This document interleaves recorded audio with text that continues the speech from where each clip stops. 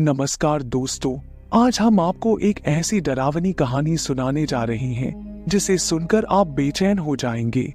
तो दोस्तों, कहानी को शुरू करते हैं। यह कहानी जंगल के अंदर की है, जहां कुछ दोस्तों ने कैंपिंग का मन बनाया था।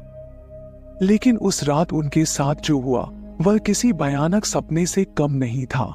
यह कहानी है 4 दोस्तों की, आकाश, रिया, समीर और पूजा। ये चारों दोस्तों ने मिलकर एक जंगल में कैंपिंग करने का प्लान बनाया। उन्होंने अपने सारे सामान पैक किया और निकल पड़े जंगल की ओर। फिर जंगल में पहुंचने के बाद उन्होंने एक खूबसूरत जगह चुनी और वहां अपना टेंट लगाया। और रात होते होते वे चारों दोस्तों ने आग जलाया और उसके चारों ओर बैठकर बातें करने लगे। अचानक रिया ने एक कहानी सुनाने का प्रस्ताव रखा। सभी ने सहमति जताई और रिया ने एक पुरानी भूतिया कहानी सुनानी शुरू की। यह कहानी है एक पुराने अस्पताल की, जो अब खंडर में तब्दील हो चुका है। कहा जाता है कि उस अस्पताल में एक नर्स की आत्मा भटकती है, जो अपनी अधूरी चाहत के कारण वहां कैद है।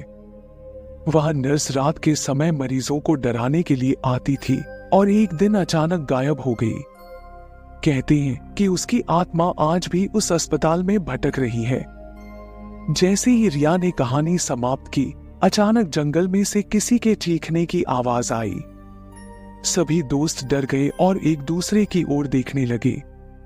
आकाश ने कहा, यह सिर्फ हवा की आवाज होगी, हमें डरने की जरूरत नहीं है। लेकिन समीर को कुछ अजीब महसूस हुआ। उसने कहा, मुझे लगता है कि हमें यहां से वापस लौट जाना चाहिए। लेकिन सबने टेंट में वापस जाने का निर्णय लिया।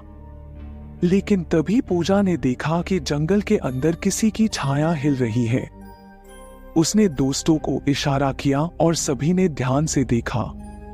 वहां दूर एक पेड़ के पास एक सफेद साड़ी में लिपटी हुई महिला की आकृति दिख रही थी। उसके बाल बिखरे हुए थे और चेहरा अस्पष्ट था। अचानक वह आकृति गायब हो गई। चारों दोस्त डर के मारे चिल्लाने लगे और भागकर अपने टेंट में चले गए। वे सोचने लगे कि वह कौन हो सकती है। किसी ने कहा कि शायद वह नर्स की आत्मा थी।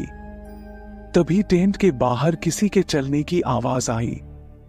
सभी डर के मारे चुप हो गए। आवाज धीरे धीरे पास आती गई। अचानक टेंट की जिप खुलने लगी। चारों दोस्तों की धड़कनें तेज हो गईं। तभी एक हाथ अंदर आया और टेंट का पर्दा हटाया। सभी ने चीख मारकर देखा तो वह एक स्थानीय व्यक्ति था जो वहां से गुजर रहा था। उसने बताया कि इस जंगल में रात को रहना बहुत खतरनाक है, क्योंकि यहां आत्माओं का वास है। चारों दोस्त उस व्यक्ति की बात सुनकर डर गए और तुरंत ही वहां से निकलने का फैसला किया।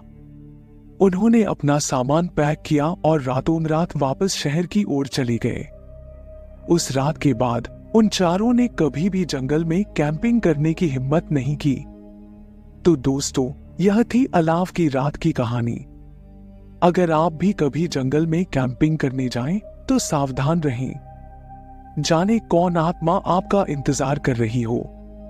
उम्मीद है आपको यह कहानी पसंद आई होगी।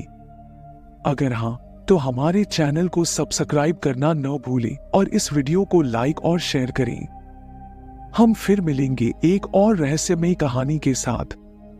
तब तक के लिए बाय।